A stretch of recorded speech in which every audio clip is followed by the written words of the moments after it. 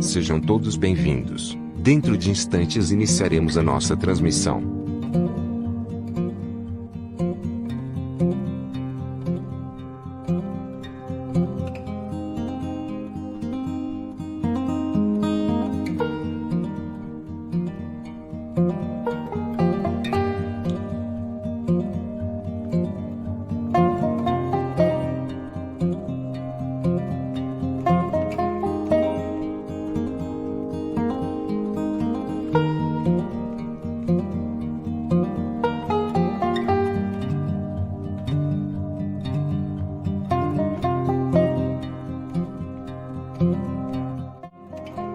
A Sociedade Espírita Kardec, de Houston, Texas, apresenta.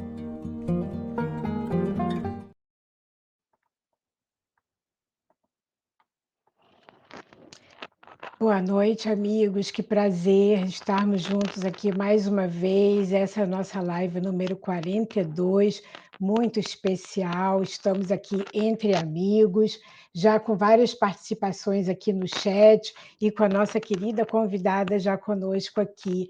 Boa noite a todos. Vocês que nos acompanham pelo Facebook, pelo YouTube do Kardec Houston, pela Deus Conosco, e pelo Seara de Luz, além de outros parceiros que gentilmente se interessaram por transmitir a nossa live, que é uma honra para nós. Amigos queridos do Kardec Houston, do Sunrise, que é o nosso grupo parceiro aqui em Houston, amigos da Louisiana, que já estão conosco, de todos os Estados Unidos, Austrália, Lisboa, Madrid, Catar, amigos do outro lado do mundo, amigos do Brasil de norte a sul, boa noite, Salvador. Já estamos aqui com a família da nossa querida Luziane.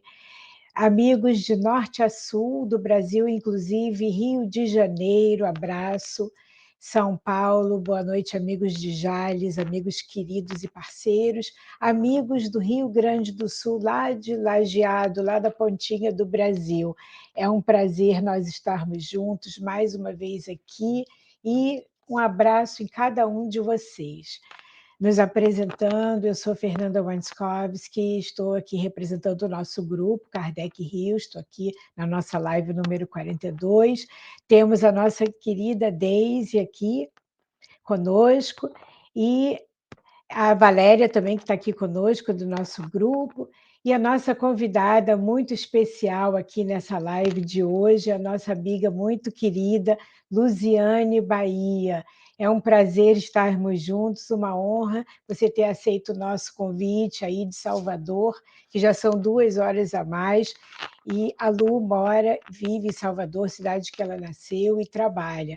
Ela é palestrante espírita, educadora, evangelizadora, colaboradora do Caminho da Redenção, que é o grupo espírita que dá suporte à Mansão do Caminho, que é a obra social do nosso amado Divaldo Franco. Ela é colaboradora da FEB e também do SESF, Centro Espírita Sem Fronteiras, onde nós trabalhamos juntos.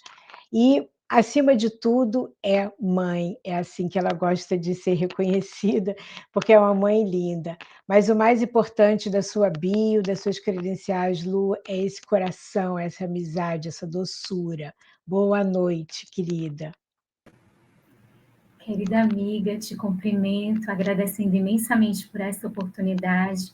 É uma alegria e uma honra estar aqui no Kardec Houston, com todos vocês, com toda essa equipe linda e especial que compõe esse trabalho. Cumprimentamos a todos que estão chegando, todos que vão acompanhar-nos posteriormente, para que já construamos, nessa energia especial que o Kardec Houston nos oportuniza, as melhores vibrações de amor e de paz, nesse dia que é tão especial para todos nós. Gratidão, querida amiga. É uma alegria estar aqui com vocês. A gratidão é toda nossa, é realmente um dia muito especial e é um prazer aqui nós estarmos juntos aprendendo sobre esse dia. Como foi mencionado antes, a Luziane trabalha como evangelizadora no Caminho da Redenção, que é da Mansão do Caminho, o grupo deles lá. A Mansão do Caminho é uma instituição filantrópica de trabalho social fundada por Divaldo Franco e seu primo Nilson Pereira, o tio Nilson, que sob as luzes e bênçãos de Joana de Ângeles, a benfeitora, desde 1952 vem prestando assistência, educação, atendimento de saúde, aprimoramento intelectual, moral e espiritual a milhares de crianças que recebem dessa colmeia de amor, como se diz lá, a oportunidade ímpar de uma existência digna e feliz.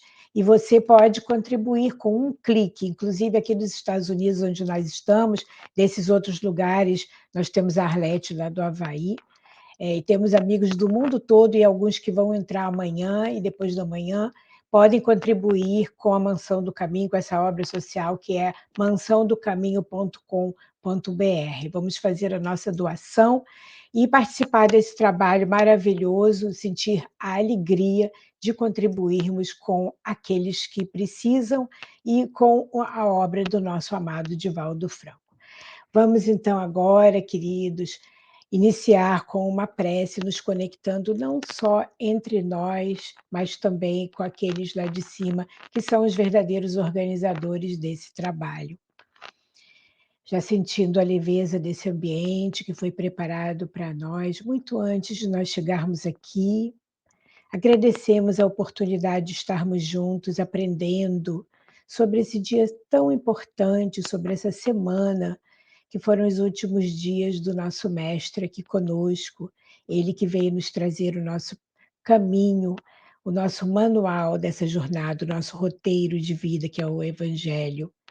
Abraçamos a todos, pedimos a inspiração para os comentários aqui na live, para que todos os lares, todos os corações, todas as mentes, encarnados ou desencarnados, possamos absorver essas lições e esses ensinamentos entrem em nós como solo fértil, que germinem através de ações do bem e de amor ao semelhante. E que nós possamos, mestre, sair desse momento nos sentindo inspirados e fortalecidos com essas lindas lições e aprendizado, para que nós possamos identificar as oportunidades de colocar em prática nas nossas vidas, transformando a nós mesmos e aqueles com quem convivemos numa humilde contribuição. Muito obrigada por esse lindo momento. E nossos corações agora se entrelaçam entre nós e com um dos nossos mentores e os mentores do Kardec Houston, da Mansão e de todos os lares aqui presentes. Obrigada e que assim seja. Então, nós já estamos nos sentindo envolvidos por essas vibrações lindas desse momento. E, queridos, os nossos convidados adoram saber de onde vocês estão participando, coloquem aqui a cidade e coloquem também o que vocês pensam sobre esse dia tão importante para a luz do mundo.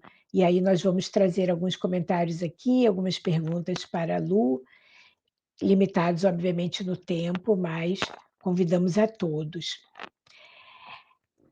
Vinde a mim, todos que estáis aflitos e sobrecarregados, que eu vos aliviarei. Com infinita ternura, Jesus atrai para si a multidão de desesperançados, sedentos de luz e paz. Jesus é o co-criador da terra, com autoridade, mas não uma autoridade outorgada pelos homens. Nós vamos aqui conversar sobre quem outorgou essa autoridade a Jesus. Essas palavras iniciais estão no livro Primícias do Reino, uma obra linda, queridos. Olha, até a capa também é linda, do nosso amado Divaldo Franco, pela obra da nossa querida Amélia Rodrigues, uma benfeitora que traz o entendimento da passagem do Evangelho que vai até o nosso sentimento. São livros transformadores que nós convidamos todos a participarem nessa leitura. Esse livro descreve, em muitos pontos, até a intimidade do nosso mestre, sentimentos durante alguns momentos da passagem dele, da jornada aqui na Terra. Aqui vai a nossa primeira pergunta, Lu. Com que estado de espírito ele chegou a Jerusalém no domingo de Ramos, que foi esse, para nós, nessa época que nós vivemos, o último domingo, que foi um domingo antes da Páscoa? Com quem ele estava acompanhado? Como foi a entrada dele? Com que sentimento? Nesse momento, não, da entrada de Jesus, ele está vindo da cidade de Betânia, na visitação que ele fez à casa de Lázaro, Maria e Marta. E é um episódio que nós conhecemos, que Marta debruça-se sobre os pés de Jesus e vai lavar estes pés com óleo bastante perfumado. E Judas faz uma advertência do desperdício daquele óleo, que poderia ser convertido em moedas. E Jesus sinaliza a importância da atenção, do cuidado da Maria para com ele. Jesus tinha finalizado esse episódio caminhando de Betânia a Jerusalém, que era cerca de 1 hora de caminhada. Entre Betânia e Jerusalém, há uma cidadezinha chamada Betfagé, que é a cidade denominada com esse nome por significar sem figos, sem frutos. E chegando a Jerusalém, já nas cercanias, o mestre pede para alguns dos seus apóstolos, ele adentra a cidade com os 12, e ele pede para alguns dos seus apóstolos para ir a um lugarejo ali pertinho, pedir o jumento e a jumentinha, que estavam atados, presos, ali no pasto daquele proprietário. E que se fosse questionado, que eles dissessem que o Senhor iria utilizar e que depois ele iria devolver. E tomando deste símbolo, o mestre sobe no jumentinho, monta no jumentinho e adentra a cidade de Jerusalém. O seu estado de espírito, o seu contexto emocional, segundo o Espírito Amélia Rodrigues, já numa outra obra, além dessa Primícias do Reino, ela também relata em uma obra intitulada Quando Voltar a Primavera. A benfeitora diz que Jesus trazia no coração ternura, ser terno, ser piedoso, trazer brandura no coração. Era assim que ele adentrava a cidade. Mas também com passividade, porque ele bem sabia a consecução dos atos. Como diz o Espírito Joana de Ângeles, em uma das suas obras, afirmando sobre todo esse trajeto de Jesus, a benfeitora diz assim, não precisava que existisse negação, traição, para que as coisas acontecessem. Porque diante de um contexto de barbárie, de uma sociedade ainda do olho por olho, dente por dente, de características num direito ou na justiça, onde a força era a diretriz primacial para os acontecimentos, inevitavelmente, um ser de paz, de luz, que destoasse de todo esse contexto, deveria, naturalmente, pelo processo de agressividade, ser levado à prisão e até mesmo morto, como aconteceu com Jesus. Em dias mais próximos de nós, vimos Gandhi, por exemplo, ser assassinado, Martin Luther King Jr. ser assassinado, homens pacificadores, homens da paz, pela incoerência entre aquilo que apresentava e o entendimento da sociedade de então, a incompatibilidade dos corações que recepcionavam aquela mensagem de paz. Então, Jesus não estava de nenhuma forma ovacionando aquele momento. Mas os seus apóstolos, de outro lado, diz a benfeitora Amélia Rodrigues, estavam achando um triunfo. Que aquelas pessoas levantarem as palmeiras e fazerem os cumprimentos a Jesus, passando Jesus, adentrando a cidade e sendo cumprimentado com aquelas palmeiras, teria um significado de honraria, de triunfo, porque era assim que o César era cumprimentado. Era assim que as autoridades eram cumprimentadas. Então, eles ficam numa certa euforia. Mas Jesus não se ilude, não se deixa envolver por aquilo que ele entendia ser meramente temporal. Então, o seu estado emocional trazia ternura e trazia passividade, no sentido de que os atos e as consequências desses atos inevitavelmente iriam acontecendo, segundo a vontade do Pai. Então ele entrou tranquilo, acompanhado dos apóstolos, e nesses dias, após o Domingo de Ramos, ele ia fazer palestras nessa região, tá certo? Na terça, na quarta, na segunda, na terça e na quarta-feira. Como foi a atividade desse grupo nessa região, Lu? Os próprios evangelistas, eles divergem um pouquinho nas informações. Por exemplo, após essa entrada de Jesus em Jerusalém, alguns dos evangelistas afirmam que ele vai ao templo e que tem aquela passagem dos vendilhões do templo, que Jesus chega no templo, encontra os cambistas, os comerciantes, e naquele contexto incompatível com o templo sagrado, Jesus teria levantado aquelas barracas, aquelas estruturas, e teria repreendido, falando que ali era uma casa de oração.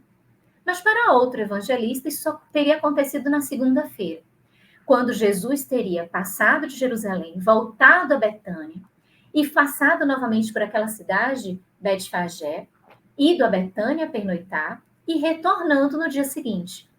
Para Mateus, por exemplo, acontece na segunda-feira, quando Jesus volta, vai a Betânia novamente, depois volta a Jerusalém, teria acontecido nessa cidade de Betfagé aquele episódio da figueira, em que Jesus identifica uma figueira toda cheia de folhas, bem folheada, bem com bastante folhas, mas sem nenhum fruto. E o evangelista destaca que não era tempo de figo, mas que Jesus teria amaldiçoado a figueira e imediatamente a figueira teria secado. Já o evangelista Marcos já pontua que não teria sido na segunda-feira e não teria sido tão imediato. Na segunda eles teriam passado, Jesus teria falado que ela não iria produzir frutos, que nada de bom adviria daquela figueira. Eles teriam ficado em Jerusalém, na volta, aí já na terça-feira, eles teriam identificado a figueira seca. Então eles divergem nessas temporalidades, nesses detalhes, principalmente nesse painel da segunda, da terça e da quarta. Ficam as lições um pouco atemporais, até porque o calendário, a forma da contagem do tempo, o início do dia, na forma de contagem estabelecida, era a partir das 18 horas. Então, por exemplo, hoje sendo sexta-feira, aqui esse horário que a gente está, tanto aí em Houston quanto aqui no Brasil, já seria o sabá, já seria o dia de sábado, porque teria começado às 18 horas de hoje, da sexta-feira. Então, eles já iniciavam um novo ciclo de 24 horas a partir das 18 horas. Então, há uma divergência, e por isso que às vezes eles falam a hora sexta, a hora décima, porque de 18 horas até 6 horas da manhã, tem as divisões de vigílias, de 3 em 3 horas. Então, são 4 vigílias que se contam. E quando dá 6 horas da manhã, para seguir até as 18, são 12 períodos. Então, de 6 a 7 a primeira hora, de 7 a 8 a segunda hora. Então, aconteceu na hora terceira, na hora quarta, e tem essa forma de contagem. Então, por conta disso também, a gente tem essa mistura de dias, tanto na segunda, na terça e na quarta. Mas os acontecimentos estão ali relatados. Além dessa constatação da figueira, que traz uma lição muito boa, porque não era tempo de figo. Mas qual é que é a lição de Jesus? Não era tempo de figo e ele está buscando frutos. Como se estivesse a nos ensinar que mesmo diante das adversidades, não fiquemos adstritos, não fiquemos vinculados às questões da dificuldade do período. Que sempre é momento de produzir frutos, mesmo que as condições ao nosso redor, mesmo que o tempo, mesmo que a temporalidade não seja favorável para isso. Mas o cristão deve ser aquele que busca a produtividade, porque evangelho não é de folhas, evangelho é de frutos. Então ele traz essa mensagem da figueira seca, mas também ensina nesse período, é um momento que acontece aquele depósito do óbolo da viúva no gasofilácio, observado por Jesus, por alguns dos seus discípulos, que identificam aquela mulher entregando o que ela tinha, o que ela possuía, e a dificuldade, a carência, e colocando ali o seu quinhão, a sua contribuição. Então, olhemos os ensinamentos. Também é nesse período que Marcos anota no seu capítulo 13, por exemplo, e que é o mais emblemático, é o instante em que Jesus fala do sermão profético, em que ele fala que não vai sobrar pedra sobre pedra naquela cidade, naquele templo, e que os apóstolos perguntam, mas quando isso vai acontecer? E aí Jesus fala dos sinais dos tempos, que o livro A Gênese, o quinto livro da codificação espírita, vem nos trazer mais detalhamentos sobre esses sinais dos tempos já anunciados por Jesus e anotados pelo evangelista Marcos, que não conviveu com Jesus, né, que é o João Marcos, que sabe de Jesus a partir de Paulo, de Pedro, da Maria Santíssima. Ele anota ali o sermão profético, de que haverá o instante dos filhos contra os pais, dos pais contra os filhos, aqueles momentos também de profetizarem, os filhos profetizarem, enfim, trazendo esses sinais. Tudo isso acontece como ensinamento nesses 3 dias, na segunda, na terça e na quarta, que são instantes reflexivos, são pregações do mestre, onde ele narra também parábolas, onde ele narra esses ensinamentos através dos símbolos, para que fique marcado, e todas elas traz este olhar de plenitude, de essência, de vivência em torno do Evangelho. Que incrível, nesses 3 dias, quantas parábolas importantes da jornada dele nós ficamos conhecendo. Foram dias de muita luz. E na quinta-feira, como foi esse dia também tão especial, Lu? Só lembrando também, Nanda, queridos amigos, que também teria acontecido entre a segunda e a quarta, talvez até mesmo ultrapassando a quinta, contando o tempo a partir das 18 horas do dia anterior, a entrega, a recepção de Judas a partir da entrega de Jesus, né? A negociação de Judas em relação a Jesus, de combinar aquelas 30 moedas, porque Judas imaginava que entregando Jesus haveria uma revolução, e assim a terra prometida, todo esse encantamento chegaria ao coração. Jesus adentra Jerusalém por causa da Páscoa judaica, que tem o símbolo dos 40 anos de libertação do povo judeu em relação à opressão e à escravidão do Egito. E toda aquela caminhada, aquela fonte libertadora. E todos, nesse período da Páscoa, caminhavam a Jerusalém, vinham de diferentes locais para a cidade para fazer as homenagens da Páscoa. A Páscoa não acontecia em um dia. Era a sucessividade, tinha as ceias do Cordeiro Pascal e várias honrarias e várias homenagens até culminar na ceia da Páscoa e fazer a última ceia. Então, o mestre também vai a Jerusalém com os apóstolos, cumprindo a tradição. Ele que vivenciou outras Páscoas também, antes dessa que seria a derradeira. Então, na quinta-feira, eles estavam buscando, os apóstolos perguntam, onde é que vai ser essa ceia? E ele direciona 2, que tudo indica que teria sido João e Pedro, para que busquem no caminho à frente, eles estavam caminhando, que eles fossem à frente e encontrassem um homem que sustentava um cântaro com água. Minhas irmãs, meus irmãos, encontrarmos naquela época uma mulher com cântaro seria muito comum, mas um homem era incomum. Então, o mestre, sabendo disso, pede para que identifique, ele já sabia qual era o homem que seria identificado. E aí eles encontram aquele homem, vão acompanhando, ele diz, acompanhe até a residência do senhor deste homem. E chegando nesta residência, vocês dizem que está em meu nome. E aí os estudiosos dizem que este seria um amigo de Jesus, um dos amigos ocultos de Jesus, que ao saber que Jesus gostaria de que ali fosse realizada a ceia, que para ali eles fossem sim com toda a autorização. Então teria João e Pedro realizado os preparativos para a ceia, enquanto Jesus chegava, e aquele grupo compõe ali a estrutura da mesa, do reclinar-se sobre a mesa, para cumprir todos aqueles hábitos, todos aqueles costumes. Jesus, então, toma de uma bacia, de um pano, e vai lavando os pés dos apóstolos. Minhas irmãs, meus irmãos, todas as vezes que eu leio sobre isso, me vem uma emoção no coração. Porque eu fico pensando o Senhor curvando-se diante dos seguidores, dos pecadores, diante de todos nós. Porque o lava-pés tem um quê de cuidado, de proteção. E quando ele vai lavar os pés de Pedro, o que Pedro diz? Eu não vou deixar que o senhor faça isso. Mas Jesus também fala, se não deixar, não vai ter parte comigo, não vai estar vinculado, não vai ter este momento de vinculação entre o Senhor e aquele que é o seguidor. É uma junção, uma amálgama de sentimentos e de emoções. E que naquele momento Jesus vai fazendo com todo cuidado, com um ar paternal, de apreço, de carinho, de atenção. Não foi logo quando eles chegaram, já estavam ali diante das refeições.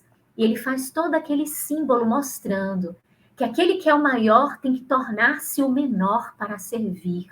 Porque a grande mensagem do Evangelho de Jesus é o servir, é o conjugarmos o verbo do serviço, que é o servir. Diante deste momento, após o lava-pés, começam aqueles instantes, tem uma etapa das predições. Jesus vai predizer, por exemplo, a negativa de Pedro.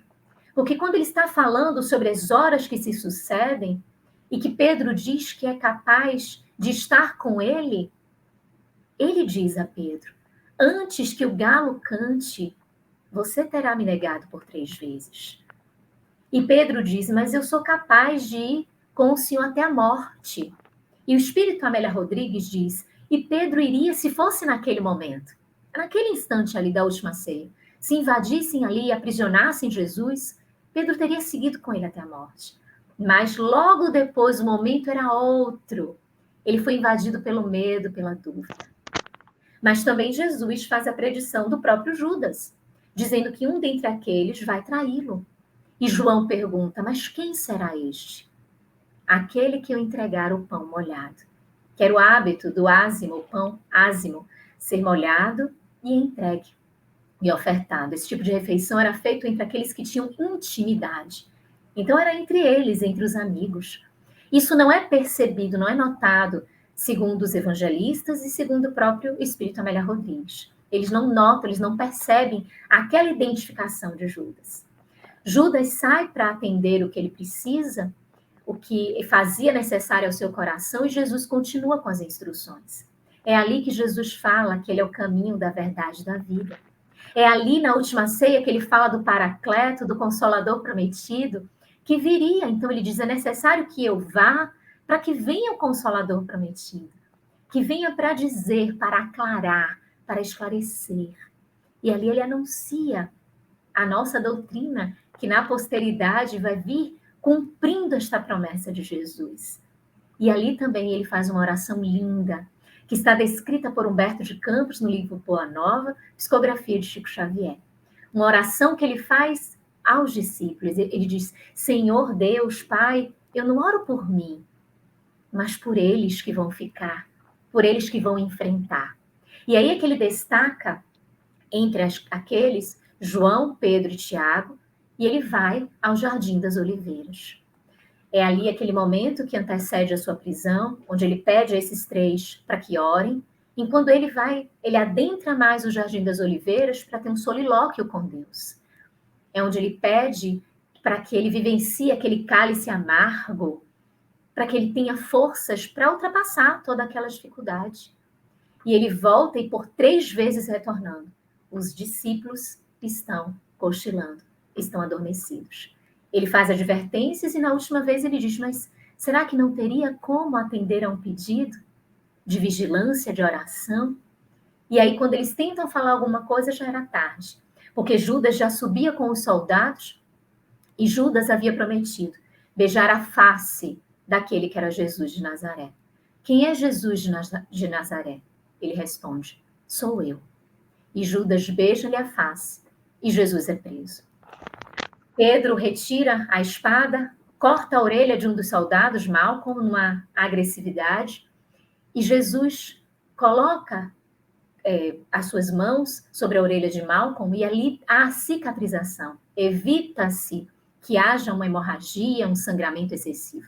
Ele não restitui a orelha de Malcolm. Malcolm fica com aquela cicatriz e vai ter um desenrolar muito lá na frente, na desencarnação de Pedro, e uma vinculação ainda com essa história. Mas aí esse momento a gente já está avançando, porque como já era altas horas de quinta-feira, já era também a sexta-feira, no calendário e na forma da contagem do dia. Você mencionou o maravilhoso livro Boa Nova, de Humberto de Campos, que também é outra maravilha. E tem uma passagem lida recentemente por causa da Semana Santa, que fala que quando Jesus voltou para Maria de Madalena, ela perguntou: "Aonde estivestes?" E ele disse: "Eu não ainda subi, porque eu fui encontrar com Judas". Passagem maravilhosa que mostra, como você falou, que Judas talvez tivesse uma visão diferente do que iria acontecer quando ele entregasse Jesus, porque nós temos uma visão talvez unilateral dessa passagem. Se você quiser comentar sobre isso um pouquinho, Lu. Isso é interessante, sim, porque era a visão de um dos apóstolos. Ele sempre, e Humberto de Campos descreve isso, a personalidade de Judas. A Amélia Rodrigues também, num dos seus livros, agora me escapa o título, mas em um dos seus livros ela também traz a personalidade de Judas, mostrando que ele imaginava uma revolução. Jesus como um salvador que talvez tomasse das armas, tomasse de um ímpeto e fosse fazer alguma coisa quando se visse aprisionado. Ele imaginava que estaria acelerando o processo do reino dos céus prometido por Jesus. A toda a visualização de Judas tinha uma percepção mais materialista. Ele tomava conta das bolsas, da bolsa dos dinheiros. Então ele pensava como é que faria para economizar, para conseguir dinheiro para aquele movimento. Como é que poderia se organizar? E quando ele vai a esses que ele faz o conciliábulo para entregar Jesus, ele vai com esse intuito na descrição da Amélia Rodrigues. Mas também Humberto de Campos relata a invigilância, esse ímpeto que às vezes nós somos tomados pelo ímpeto, pela imprevidência, pela intempestividade. E Judas vem nos ensinar isso. O quão é interessante aquietarmos um pouco antes de uma decisão, a serenarmos os nossos pensamentos e tranquilizarmos o nosso coração diante de uma decisão. Não somente a decisão de entregar Jesus, mas também a decisão para com a própria existência dele, que depois a gente visualiza o suicídio. Então, é uma lição muito forte de uma paixão efetiva, algo desordenado, como se fosse um corcel descendo sem qualquer tipo de controle, sem freio. Ele age nesse ímpeto, mas as suas ideações, os seus interesses não eram jamais de ver Jesus preso, morto, crucificado, de forma alguma, segundo o relato dos Espíritos. Que esclarecimento tão claro e direto. Bom, então aí você falou que então na sua fala anterior já estavam passando alguns minutos da quinta para sexta, então agora estamos na Sexta-feira da Paixão, que é o dia de hoje. O que aconteceu nesse dia tão grave, tão sombrio para a humanidade, tão importante? Esse é o dia mais difícil da história da humanidade, porque é o dia de uma prisão absurda, injusta, de um julgamento impiedoso, sem qualquer tipo de provas, o julgamento mais arbitrário que a humanidade tem conhecimento, e de uma pena de morte, estabelecida para o coração mais puro que pisou os pés aqui no planeta Terra. A humanidade é o dia da ausência de compreensão da humanidade diante do amor que recebeu, da vinda desse amor, sob a concessão do Pai, a vinda dele ao nosso encontro. Então, Jesus é preso naquele momento ali do Jardim das Oliveiras, e é interessante porque ele é levado a Anás, é a primeira autoridade que ele vai levado. Os historiadores destacam que é curioso ele ser entregue a Anás. Anás, ele tinha sido um sumo sacerdote. Na verdade, a alcunha de sumo sacerdote era um cargo vitalício. Mas o sumo sacerdote daquele ano era o Caifás, o seu genro. Então, se deveria ser entregue a um dos dois, seria o Caifás, e não a Anás, primeiramente. Mas a entregue a Anás, por conta dessa superioridade hierárquica, nesse olhar de cargo vitalício, de ser sumo sacerdote, é entregue a ele, e quando ele está nessa condição sendo entrevistado por Anás, e é interessante a pontuação de que se fosse um estratagema organizado por Roma, Jesus teria sido entregue imediatamente a Pilatos. Mas demonstra que é um estratagema organizado pelos judeus. Por isso que ele entrega a Anás. a sua autoridade. E aí, entregue, Jesus adentra a residência para poder cumprir os ditames e o que as autoridades estavam conduzindo.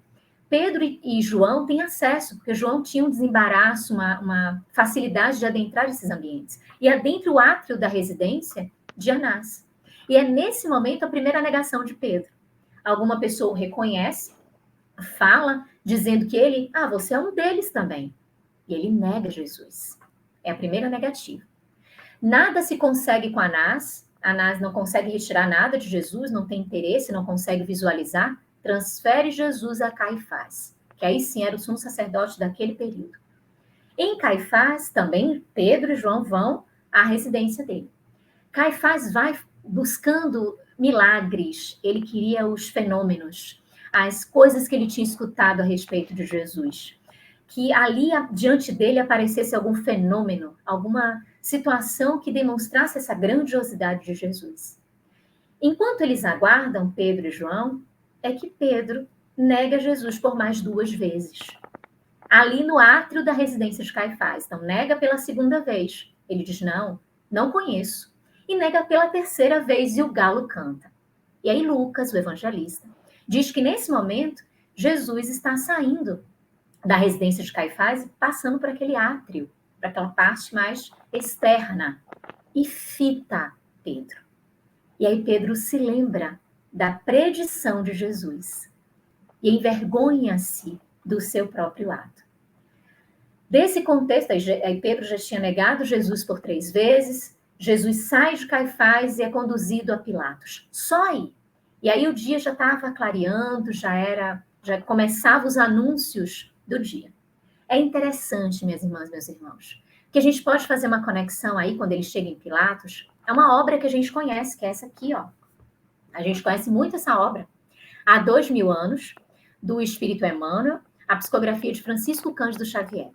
O que essa obra tem a ver com esse momento que chega em Pilatos? Pilatos é governador, representava Roma ali, naquela cidade, naquela localidade. E então, ele busca alguns senadores, conselheiros, para aquele momento ápice de que o prisioneiro estava chegando. E um desses conselheiros, desses senadores, é Públio Lentulus, que tem participação ativa nas medidas que são tomadas por Pilatos. Então, Pilatos não encontra qualquer tipo de condenação, de atribuição de crime a que possa considerar Jesus culpado. Então, ele entra na sala reservada e diz, olha, não tenho nada em relação a esse homem, como é que a gente procede? E a ideia vem de Públio Lentulus, que diz, olha, se Herodes, que é o tetrarca daqui da Galileia, o tetrarca, está aqui na nossa cidade, se ele está aqui, encaminha Jesus para ele. É o Herodes Antipas. Encaminha para ele. E assim você não precisaria decidir. Estaria livre dessa decisão. Jesus vai a Herodes, que também entrevista e Jesus mantém-se em silêncio. Ele manteve-se em silêncio com Caifás, mantém-se em silêncio com Herodes. Herodes faz então o quê? Devolve Jesus para Pilatos. Quando chega, o que Pilatos faz? Pilatos inicia um diálogo com Jesus. Pergunta se ele é rei e Jesus, tu o dizes. Mas é rei dos judeus, porque era assim que Pilatos ouvia. E começa aquela conversa sobre a verdade, que Jesus diz que veio trazer a verdade. Mas Pilatos questiona, o que é a verdade?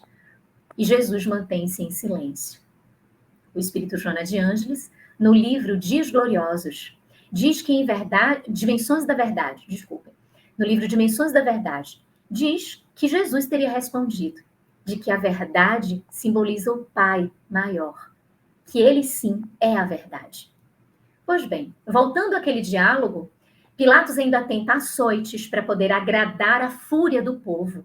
Com os açoites, talvez eles se satisfizessem e não precisasse Jesus ser levado à crucificação, porque o povo judeu não tinha autorização pela crucificação. Era Pilatos que deveria autorizar, diante da sua postura hierárquica. Então, eles dependiam daquela convenção, daquele entendimento, daquela sentença de Pilatos. Então, ele tenta. E Jesus é açoitado, é agredido, retorna e o povo continua pedindo a crucificação. Pilatos reúne de novo nessa sala contígua, onde Públio Lentulus está. E aí é de Públio a ideia de que apresentasse, por conta da Páscoa, a um outro prisioneiro, oferecesse para que se libertasse ou um ou outro no indulto da Páscoa. E aí que Pilatos apresenta Barrabás, que o seu nome é Jesus de Barrabás. E Barrabás significa filho do Pai. E aí Amélia faz uma comparação interessante. Jesus, o filho do Pai, no aspecto transcendental, e Barrabás, nessas condições comezinhas, materialistas, e simbolizando essa fúria e essa singularidade de um povo naquele contexto temporal. E como nós sabemos da história, Jesus não é escolhido para a liberdade, e sim Barrabás. E aí, Barrabás é solto, Jesus adentra e não se tem mais nada a fazer. É por isso que Pilatos lava as mãos, num simbolismo de isso não é comigo, não tenho responsabilidade sobre isso, ele é rei de vocês e entrego ele para vocês. Está autorizada a crucificação. E aí é colocada a coroa, as vestes são mínimas, Jesus carrega a cruz e havia cruzes até o Gólgota, que é o monte da caveira. Ali naquele trajeto ele tem a ajuda de um sirineu, que é um homem que simplesmente passava e que vê a cena, quando Jesus tomba, ele se compadece e vai ao encontro e sustenta um pouco a cruz, e é uma mensagem linda de solidariedade permitida por Jesus. Jesus, autoridade máxima, permitindo auxiliar. E também há o momento do que é chamado Santo Sudário, que é aquele pano que ficou marcado com o rosto de Jesus e que na tradição católica é assim chamado Santo Sudário. É a face de Jesus num tecido de linho, que teria sido Verônica ou Berenice, que é uma mulher que vai ao encontro de Jesus nesse momento que ele está com o suor, com o sangue, e ela limpa a sua face. Ela é a mulher hemorroíça, aquela que tocou as vestes de Jesus em um determinado momento e esteve completamente com o sangramento estancado e curada. Jesus segue ao Gólgota, é erguido na cruz ao lado de dois ladrões, e aí tem o avançar destas horas tão sérias, que aí já era a hora sexta, mais ou menos, que é 12 horas, né, que é o meio-dia, e que os fatos vão se desenrolar até a hora nona, que é ali 15 horas, mais ou menos, da tarde. E nesse período que você mencionou, quem estava ali na frente dele, porque ele não ficou sozinho, certo? Isso mesmo. Ele era acompanhado, assim, de forma permanente pelas mulheres. A sua mãe, a Joana de Cusa, Maria de Jerusalém, enfim, eram as mulheres, Maria Madalena, eram as mulheres que estavam acompanhando aquele cortejo. João era o único apóstolo identificado, ou seja, que estava completamente sem qualquer disfarce, porque Tiago, pela narrativa da Amélia Rodrigues e também do Berto Campos, ele estaria afastado, oculto, aquele e que não se mostra a face, né? Não é identificado.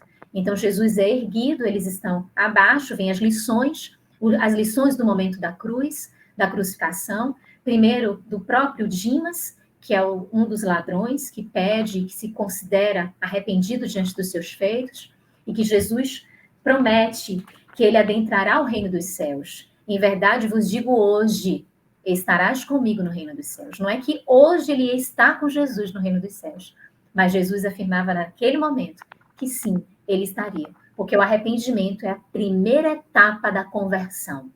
Para que nós façamos a conversão sobre as nossas faltas, o primeiro ponto é o arrependimento. Então, a primeira etapa, Dimas já tinha vivenciado, mesmo ali, às portas da morte. Mas ele também fala para João, que está com a sua mãe, os dois juntos, quando Maria se questionava, ela perguntava: por que isso com meu filho? Qual é a condenação que atribuem ao meu filho? E aquela emoção de mãe, aquela dor de mãe sem compreender o porquê de tudo aquilo. Se o meu filho, diz ela, só apresentou o bem, a bondade, o amor, curou, restabeleceu a vida, por que tudo isso? E diante desta dor, Jesus, entendendo todo o mecanismo, volta-se para sua mãe e para João e diz: mulher, eis aí o teu filho. Filho, eis aí a tua mãe. Entrega Maria à humanidade como nossa mãe, e ela aceita muito bem essa alcunha que vai desempenhar com muita beleza na consecutividade dos anos, dos séculos, dos milênios. E também é nessa fase que uma narrativa do espírito Amélia Rodrigues, no livro Pelos Caminhos de Jesus, que Jesus, na fase derradeira, teria visto aproximar-se dele 3 anjos, a fé, a esperança e a caridade, que estavam anunciando que partiriam em retirada da terra. A fé porque tinha visto o comportamento de Pedro, que negou Jesus por 3 vezes e ela achava que não deveria mais ficar diante daquele ato infeliz de Pedro, que deveria partir junto com Jesus. A esperança diz que não deveria ficar, porque tentou todas as alternativas, mas não conseguiu remover Judas do suicídio. E, por fim, a caridade, que tentou de todas as maneiras abrandar a dor de Jesus, mas viu Longinos atravessar e trespassar a lança nas vértebras de Jesus. Diante dessa rogativa, é que Jesus fala aquela frase, perdoa-os, olhando a multidão e falando à multidão, perdoa-os, Senhor, porque eles não sabem o que fazem. E nessa rogativa, advém o anjo da misericórdia. Ele desce do alto ao encontro de Jesus e ele diz, pede, Senhor, o que deseja. E aí Jesus pede para que o anjo da misericórdia recolha a fé, a esperança e a caridade, para que fiquem com a humanidade para todo o sempre, consolando, acalentando e dando oportunidade de trabalho e de redenção. E aí chega o ápice, quando, após esta imagem que o Espírito Amélia Rodrigues narra, que estaria tudo consumado, que são as palavras de Jesus, nas tuas mãos entrego o meu espírito, está tudo consumado. E aí toda a paisagem, toda a natureza, o dia se faz noite, os trovões, as manifestações da natureza, diante de algo que o homem fazia de forma tão impiedosa e cruel. Incrível sentir que nesse momento que você mencionou como mais sombrio da humanidade, ainda tem esse ensinamento tão importante sobre o perdão. E uma frase que fica, que ecoa o pedido de perdão às pessoas que fizeram isso com ele, abreviando a passagem dele. E nesse período de 3 anos, quanto ensinamento importante. Nunca se falou tanto sobre Jesus como atualmente. E no sábado de Aleluia, Lu, o que aconteceu nesse dia? O sábado, dentro da tradição do judeu, do povo hebreu, é o dia do descanso. Então, a preocupação também de Jesus ser crucificado antes das 18 horas, para não adentrar o sabá, que é esse dia do repouso que começa às 18 horas de sexta-feira e que vai até as 18 horas do sábado, que compõe todo esse dia de repouso, de quase nenhum esforço, de não ter o trabalho, de ter todo um olhar desse povo, um cuidado desse povo, para que não haja esforço, para que não haja movimento. Então, esse sábado é um dia, em termos de fatos históricos, à época de Jesus, sem maiores relevâncias, sem anotações, sem acontecimentos. Mas, pela tradição católica, cria-se esse nome, Sábado de Aleluia, no sentido de introspecção, de reflexão, porque como a gente analisa isso olhando para o passado, a gente sabe que no terceiro dia vai haver a ressurreição. Então, Sábado de Aleluia, para a tradição católica, traz esse olhar de constrição, de reflexão, de estar mais voltado para essas meditações entre a morte e a imortalidade, entre esses 2 acontecimentos. É como se fosse esse louvor à vida. Então, um contexto mais meditativo, que correspondendo à época, não tem essas anotações de acontecimentos, porque era o sabá, era o dia que o povo trazia para o repouso e para o não trabalho. Muito interessante esse aprendizado sobre o sábado. E o domingo de Páscoa foi o dia da ressurreição? E aí vem o dia da beleza, da constatação da vida, porque desde as primeiras horas, as mulheres sobem para o local onde Jesus estava sepultado, porque no momento em que ele é retirado da cruz, ele é entregue a Maria, tem aquela cena de Maria chorando sobre o corpo de Jesus. Ele é levado por José de Arimateia e Nicodemos daquela passagem do é necessário nascer de novo, é levado e ao túmulo providenciado por José de Arimateia, e colocado uma pedra à frente. Então, quando as mulheres chegam, essa pedra está removida. E elas descem, a Joana de Cusa, a Maria de Jerusalém, elas descem, anunciando, olha, o corpo sumiu, o mestre sumiu. E fica somente Maria Madalena. Ela adentra e vê, segundo os evangelistas, a presença de 2 anjos que teriam dito que o Senhor vivia. E ela não consegue entender. Levaram o corpo, Jesus vive, onde ele está? E aí ela sai e vê alguém que parecia cuidar do jardim.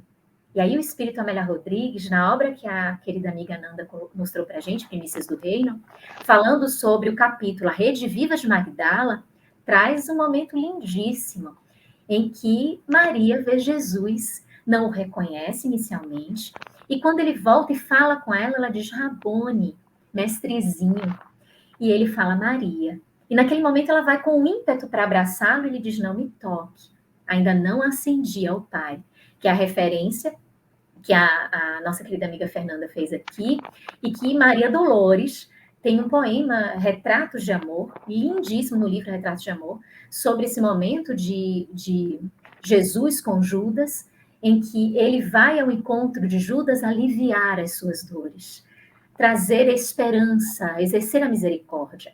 O resgate de Judas não é feito por Jesus, mas sim posteriormente por Maria, e é sim que está em Maria Dolores, Retrato de Mãe. Retrato de Mãe. É onde a gente encontra a passagem do resgate da Maria, Maria Santíssima, em relação a Judas, dizendo, venha meu filho, que você vai ter uma outra oportunidade, um outro lar. E aí começa a peregrinação do espírito Judas, que vai, segundo o relato de Divaldo Franco, encarnar por 11 vezes na condição de leproso, para somente, como a Virgem de Doremi, a Joana d'Arc, libertar-se plenamente, que é um livro trazido por Leon Denis, que tem esse título, Joana d'Arc, a Médium, onde narra a história de Judas já retornando ao colégio Galileu. Mas nesse domingo, Maria Madalena vê Jesus e desce correndo para contar. Os apóstolos tinham até voltado para ver a pedra removida, João e Pedro tinham voltado para ver a pedra removida, e Maria desce para contar. Quando chega no cenáculo, ela diz, estavam todos reunidos, e ela diz que tinha visto Jesus. Mas eles não acreditam. Não só porque ela tinha sido aquela que habitava os 7 demônios, a mulher equivocada. Não só por isso, mas simplesmente por ser mulher. Mulher não podia ser testemunha no direito naquela época. Não tinha nem condições de ser identificada. Ela respondia a partir do que o seu pai, do que o seu esposo, do que os seus irmãos, ou aquele sobre quem ela estivesse sob o jugo, dissesse. Então, não podia, o que a mulher dizia tinha que ser confirmado por 2 homens.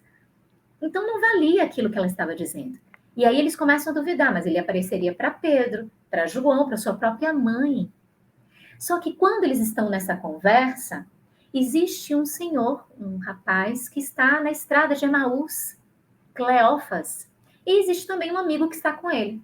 Eles estão conversando e falando sobre os últimos acontecimentos do profeta tão bom que foi crucificado, que morreu. E que quais eram as notícias que não se sabiam. E eles vão conversando quando um homem de estranha aparência vai caminhando ao lado deles e pergunta, o que é que vocês estão falando? Ah, sobre o profeta, não acredito. Você é o único estrangeiro que não sabe dos últimos acontecimentos? E aí vai conversando. E quando chega um determinado ponto, eles reconhecem Jesus. E Jesus desaparece. Eles voltam rapidamente para Jerusalém para encontrar os 11, ou os apóstolos. Na verdade, quando eles voltam, não estão os 11, né, porque já não tem mais... já seriam 11, se por causa da ausência de Judas, mas Tomé também não está. Então, só estão os 10.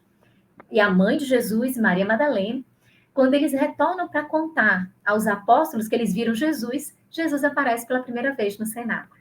E é o momento que ele orienta para que eles vão encontrar com ele na Galileia, que é para eles irem ao mar de Genezaré, ao Tiberíades, eles voltem, façam essa viagem, porque ele tinha algo para eles.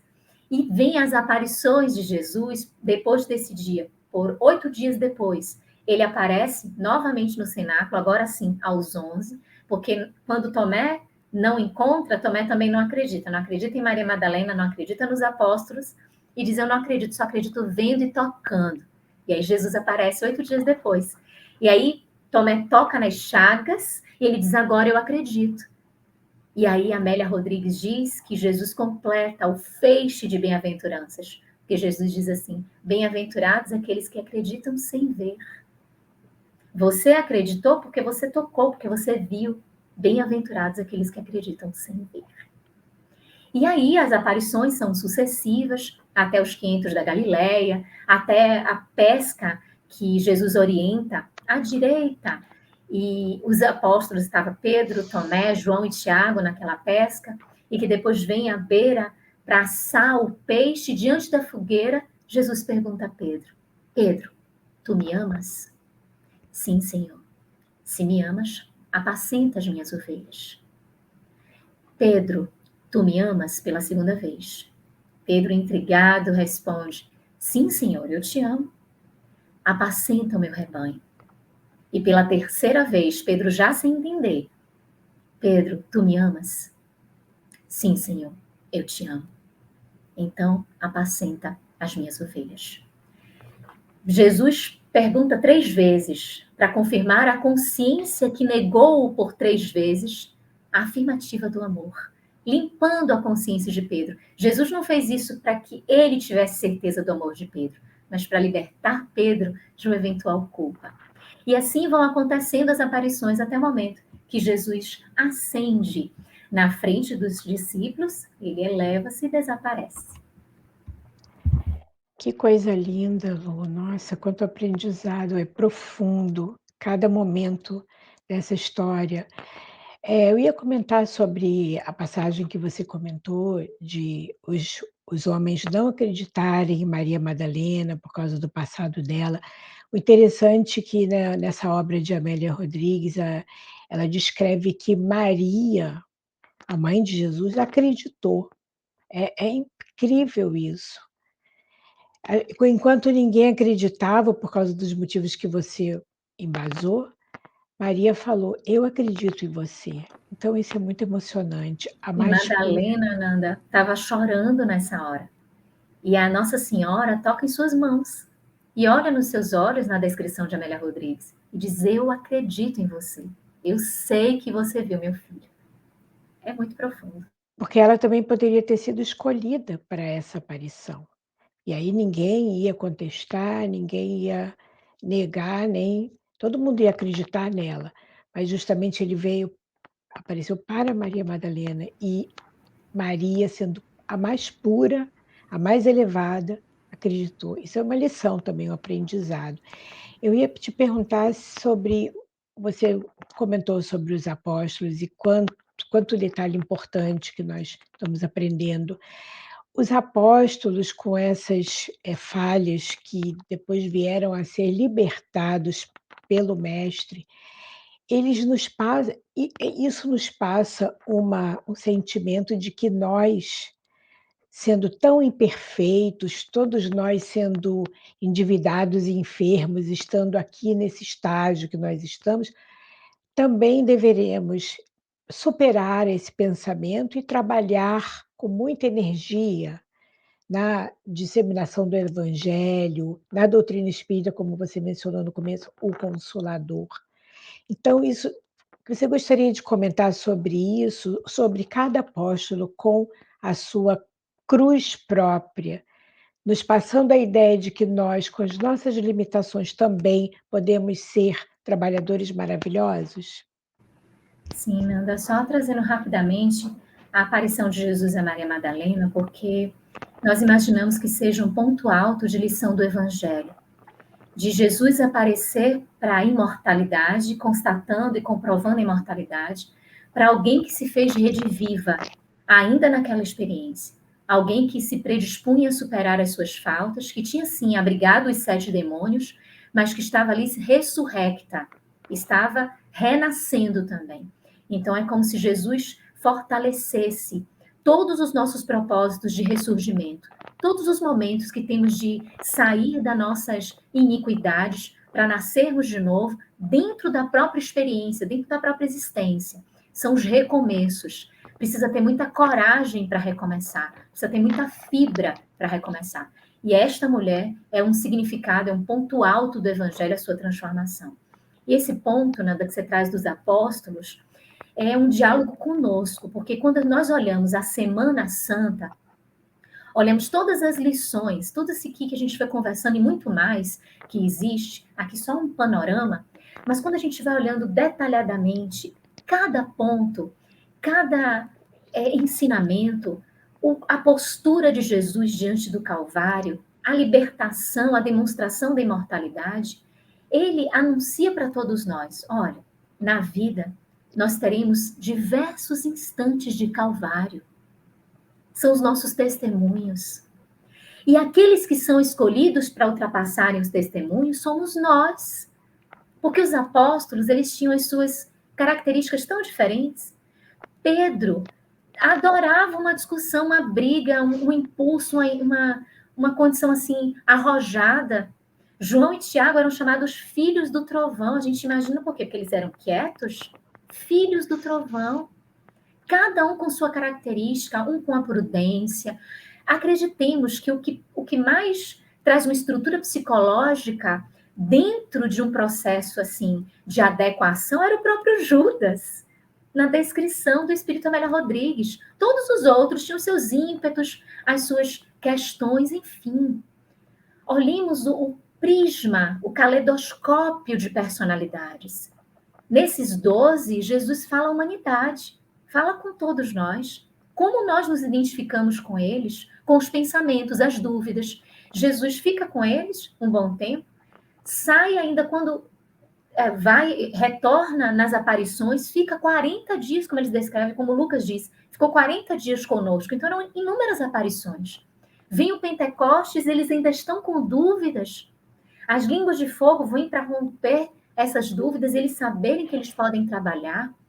Essa mensagem é para o nosso coração, para que saibamos que temos o calvário das dificuldades, das lutas, mas desse calvário ressurge o ser novo. Que ser novo é este? Sem embates? Não. É o ser fortalecido, robustecido, porque soube enfrentar o calvário.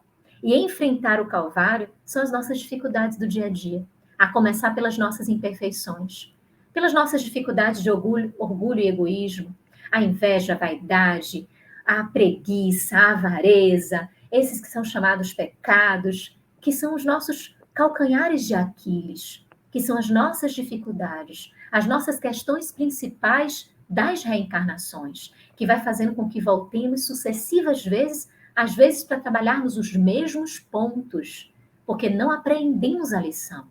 Então, olha como é importante a gente identificar que tem que enfrentar. A dor vem para que enfrentemos. É a crucificação do orgulho, da vaidade. Nada disso Jesus precisava experimentar, porque ele sim é puro, ele sim é grandioso, é espírito de primeira grandeza. Nós, com as nossas defecções, quanto Calvário, não temos de passar. Mas ele deixa a lição do depois. Depois do Calvário, vem a imortalidade, que é a constatação da verdade, que é a esperança pela continuidade da vida. Vida com V maiúsculo, vibrante, para darmos utilidade a todo esse contexto que é um presente de Deus. Então, diante das imperfeições, trabalhemos. Diante do Calvário, insistamos. Diante das dores, persistamos. E sigamos firmes até o fim. Porque a sós não estamos. Estamos sempre na presença do nosso Senhor Jesus Cristo. Parece que você consegue ler o meu pensamento, porque você já respondeu a próxima pergunta que eu ia fazer, que era como que nós podemos aplicar na nossa vida diariamente as lições do Calvário. Você desfolhou lindamente. E é aquilo, Lu, é nós lembrarmos da famosa frase: eu sou o caminho, a verdade e a vida.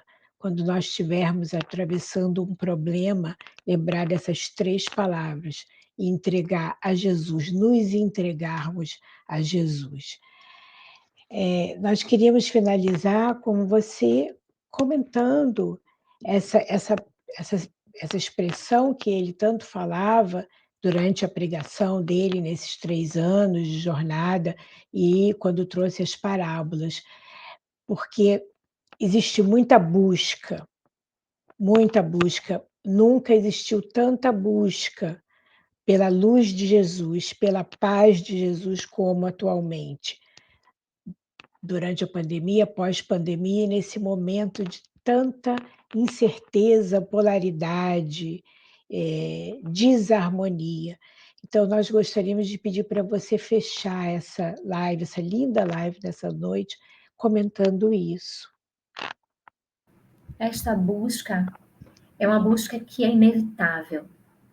Porque, como diz Joana de Ângeles e Amélia Rodrigues, Jesus é a resposta dos céus aos apelos aflitivos da humanidade. Não há outra resposta. Por que agora cada vez mais? Por que depois da pandemia ou na pandemia? A pandemia trouxe dores excruciantes, inimagináveis. Por mais que o sermão profético já anunciasse, por mais que os espíritos como Manuel Filomeno de Miranda trouxesse a sua transição planetária, amanhecer de uma nova era, perturbações espirituais, e durante a pandemia trouxesse no rumo do mundo de regeneração, nós estávamos vivendo tudo aquilo. E quando a gente vive, tem uma força maior de impregnação e de impressão para a nossa condição. Nós que somos espíritos. É essa condição matéria imprimindo emoções, sentimentos, medos, tudo mais para nós que somos espíritos. E trazendo e buscando deste ser espiritual que somos nós, a força necessária para vivenciarmos os embates. É por isso que sabedoria não pode ser atrelada apenas a conhecimento teórico. Sabedoria é vivência, é experiência. Então, nós vivemos, e ainda estamos vivendo, os efeitos de um contexto pandêmico. E, inevitavelmente, não se havia, dentro das buscas da superficialidade, da materialidade, do engodo, das ilusões, não havia respostas para estas pessoas que se enveredavam por estes comportamentos.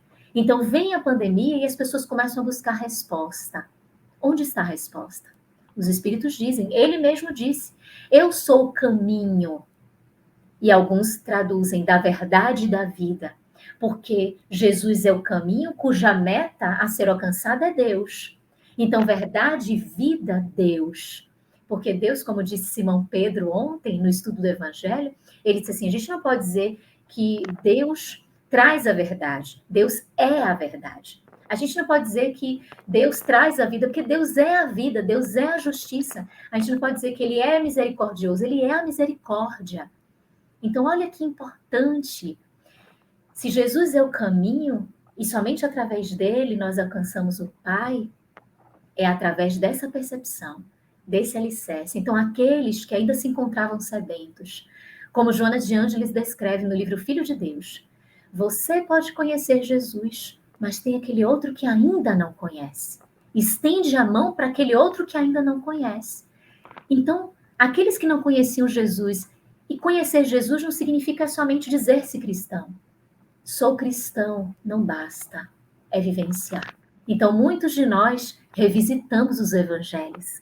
Muitos voltamos o nosso olhar para Jesus, ressignificamos Jesus nas nossas vidas, por quê? Porque sentimos a dor excruciante, que não sabíamos onde é que íamos nos sustentar. E agarrando-nos no Evangelho de Jesus, percebemos que Ele é a luz do mundo, que Jesus é o bom pastor, que Ele é o caminho da verdade e da vida.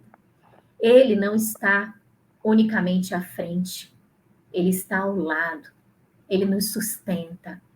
Ele é o irmão maior, amadurecido, adiante, um espírito de luz, o governador do nosso planeta, como diz Emmanuel, e a Nandinha citou aqui para a gente no início, o arquiteto, o co-construtor de tudo isso, ele tem no coração o amor pleno por todos nós. Então, ele está sempre ao nosso lado. Se quisermos identificar Jesus, não olhemos à frente, para fora, olhemos para dentro, porque ele consola, ele afaga, ele acarinha, e ele estende as mãos, para que os nossos passos não sejam trôpegos, que não sejam vacilantes. Ele nos dá as mãos, para que, mostrando-nos o caminho, caminha junto conosco, mostrando-nos a fonte da libertação das nossas iniquidades. Então, essa frase, Nanda, que você traz, é uma frase de libertação, mas também de segurança. Sabermos que estamos com Jesus faz toda a diferença. Traz confiança, traz a robustez da fé, da coragem, e assim seguimos itimorados, sabendo que a nossa responsabilidade é pelo cumprimento do dever, é pelo trabalho, é pelo serviço. E assim vamos nos mantendo firmes, iluminando os nossos passos e também iluminando a estrada de outros irmãos que também conosco compartilham na jornada. Que lindo, Lu. Essas palavras tão consoladoras que nos confortam, que nos acalmam, esclarecem, e só Jesus, com a sua beleza, como você falou, o amor infinito, pode nos acolher nas nossas incertezas.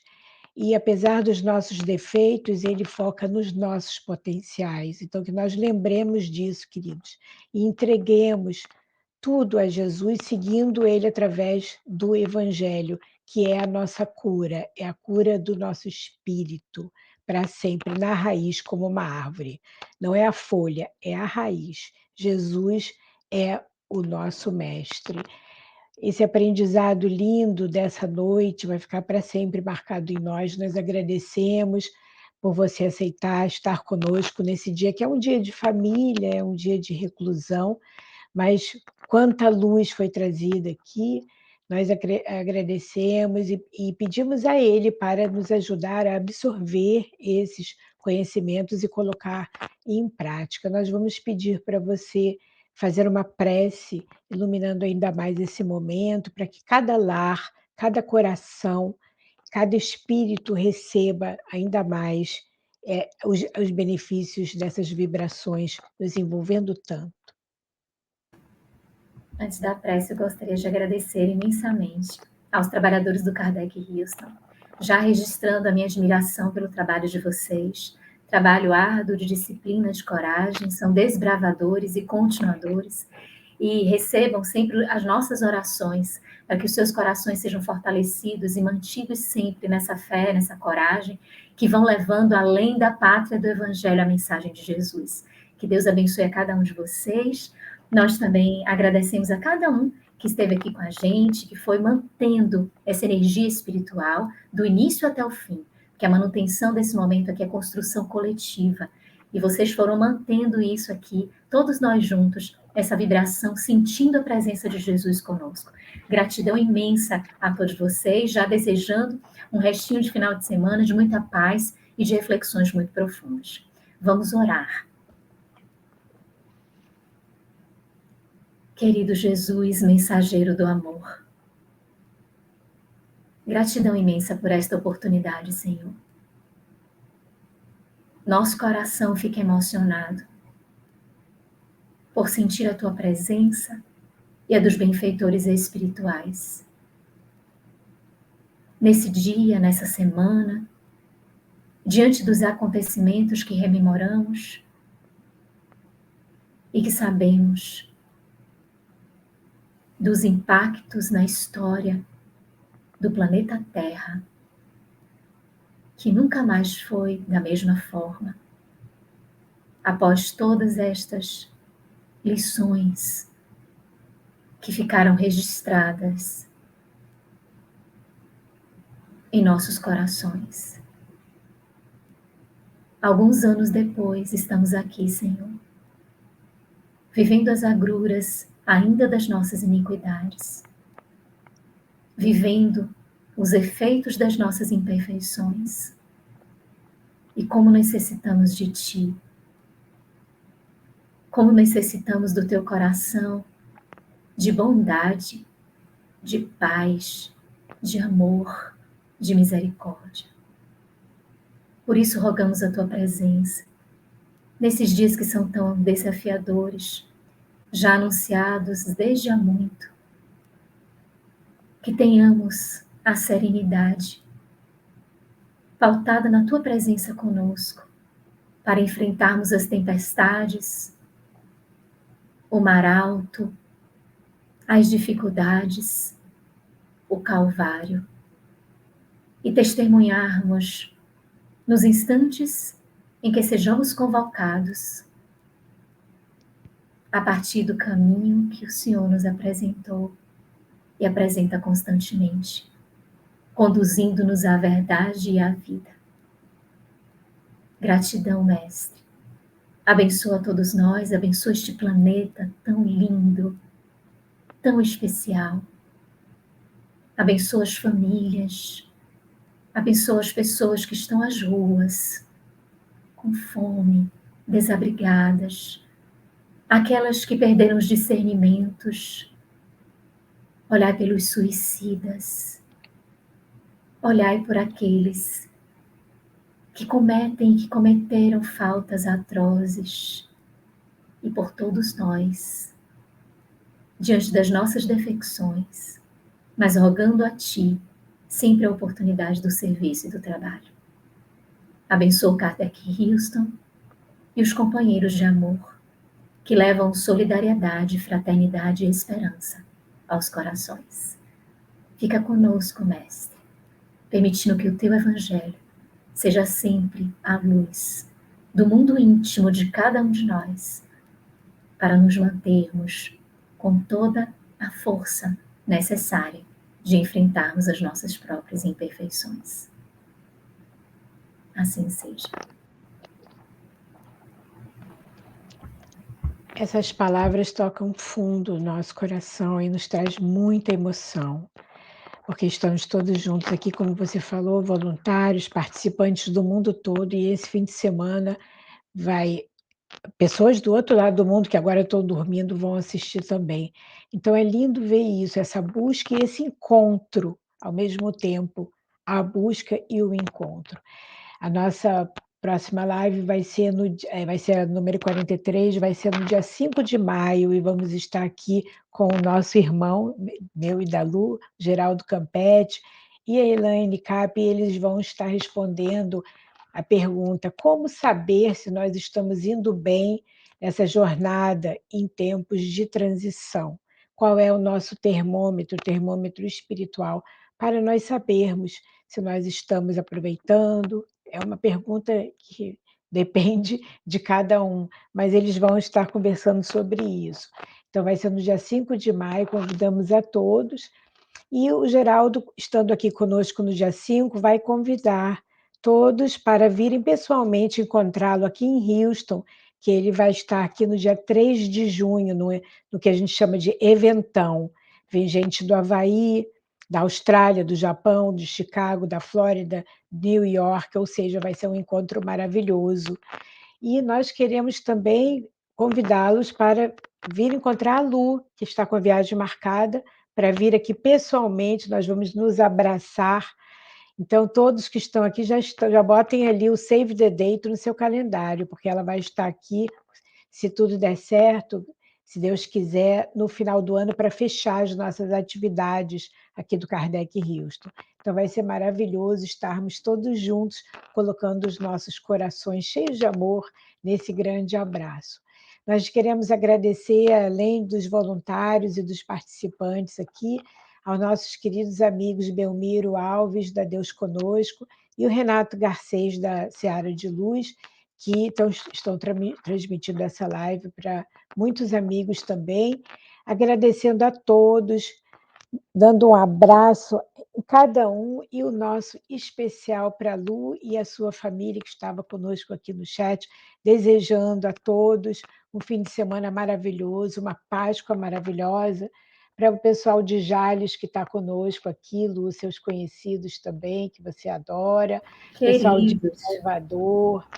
A Deise está lá na Louisiana, ela também é trabalhadora do nosso grupo, participa conosco da reunião que nós fazemos às terças-feiras do Pensamento e Vida, enfim, é só alegria por esse momento. Queridos, então vamos fechar. Boa noite a todos. Lu, beijo no coração, você é minha irmã, e a todos vocês que ficaram conosco até agora, muito obrigada, que Deus abençoe a todos nós, que nos dê força para superar os nossos desafios, e a força está no Evangelho. Boa noite a todos.